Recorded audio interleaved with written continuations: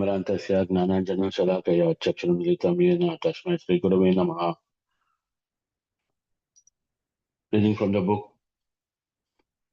By hearing the glories of the holy name, the last traces of false ego will vanish, and the symptoms of pure devotion will blossom in his heart. Finally, he will be able to taste pure love of Krishna. As long as, however, there is no real faith in the glories of the holy name, it is necessary to receive samanda gnana and knowledge with the holy name from the spiritual master. This illustrates that as in overcoming the other offenses. Its office is also dependent on the association of devotees who are on a high level of Krishna consciousness. Now it becomes clear why the offense to blaspheme devotees is mentioned in the first place. All remedies for other offenses strongly emphasize to approach devotees who do not commit these offenses, but who on the contrary are situated in Suddha Nama, pure chanting of the holy name. In other words, because the devotees are the liberators from the abyss of 10 offenses, it is most important to respect them. An offense against their lotus feet is very severe because if one has done so, he cannot adopt the remedy for the offenses against the holy name. The root of all offenses to be inattentive while chanting the holy name. Pramada.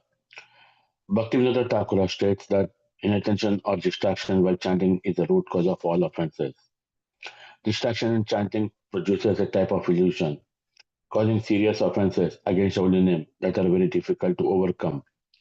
This illusion leads to craving for wealth, women, position, success, and even cheating. When these attractions cover the heart, the neophyte gradually loses interest in chanting the holy name.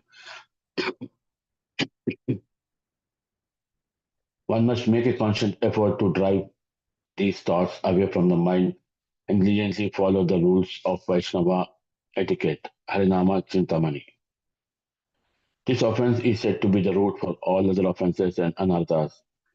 It is called pramada in Sanskrit. Literally, it means madness, for it is improper to ask Krishna to appear on one hand and then to ignore him when he comes. This is why pramada means inattention and indifference as well. Three kinds of inattention have to be examined. Audacina, indifference, lack of attraction. The ordinary person is attached to many things. Even while chanting, he feels attracted to them, thus remaining indifferent to the holy name. He may well chant 16 rounds, but his heart is not engaged and he does not feel a drop of taste. Do you know this from your own experience? One has taken a shower and attended the arati. And what comes next? Of course, the morning routine. The bead bag is grasped. But while chanting, no taste, not the least ecstasy is produced. The task of chanting 16 rounds without interruption seems to be an insurmountable obstacle. Just listen without thinking, planning, or doing anything else. The reason is attachment to material things, which thwarts our attachment to Krishna.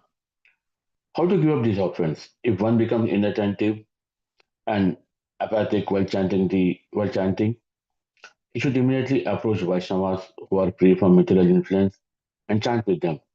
This helps to diminish one's attachment to material life. Inspired by the Vaishnavas' behavior, one desires to give up this frailty. Gradually, the heart will develop attraction to the holy name as one becomes eager to taste the nectar of the holy name.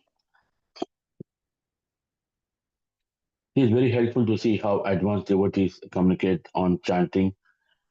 Whoever saw Srila Prabhupada chanting in pure love of God becomes so touched, became so touched in the heart that he wanted to chant the same way. Advanced devotees recommend that we live and chant at a place where Krishna performed his pastimes or near a Tulsi plant or in association of Vaishnavas. Visiting holy places of pilgrimage like Mayapura or Vrindavana is also important because by the spiritual atmosphere, these places provide more inspiration and strength for chanting. And the remedy is to carefully chant alone in locked room.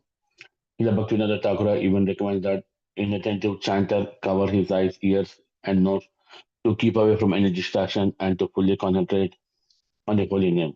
But this means the mind can be fixed entirely on the holy name, and soon all apathy will vanish. When attraction and taste are called forth, if you really have problems while chanting, then try it while driving as a passenger on the highway, for example. Jaja, laziness. Laziness means to chant with a murky mind or to stop chanting before finishing a round in order to attend the so-called important activity. Another symptom is the strong urge to interrupt chanting for a rest. By this, the taste for chanting cannot develop. The remedy is the association of Vaishnavas who do not waste their time with useless talk or other material activities, but who constantly chant and remember the holy name. Since they are solely immersed in the nectarian ocean of the holy name, they have no other desires. One should follow in the footsteps of such rare devotees until finally the desire arises to chant as they are chanting. His enthusiasm, combined with the mercy of the devotees, help to overcome the lazy mind. In other words, one should associate with devotees who do not waste their time with prajalpa, material talking, always behavior of prajalpa lounge, the temple where the inattentive chanters gather. Let me stop here, Prabhu, and let me just briefly summarize. Two things that, or three things that which we cannot, or which we can avoid is one, a laziness while chanting the Harana, the holy name of the Supreme Person of Godhead. Second is, a lack of attraction. Even though we chant, we don't have a taste or we don't express the taste of chanting or the sweet nectar of the chanting of the holy name of the Supreme Person of Godhead. The third thing is getting distracted during the chanting or not even chanting at all or stopping the chanting in a abrupt, inattentively, which is again called as a pramada.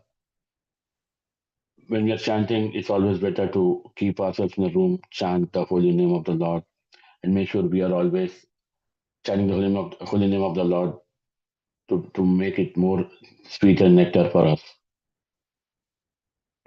During this process, it's always not to blaspheme any devotees or make any offenses to blaspheme devotees.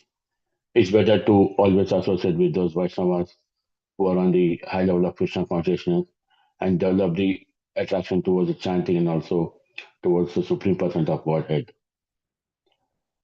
It's always best for us to chant the holy name or the Harinama just to make sure that we develop the devotion and also an attention to the love of Krishna. Thank you. Let me start.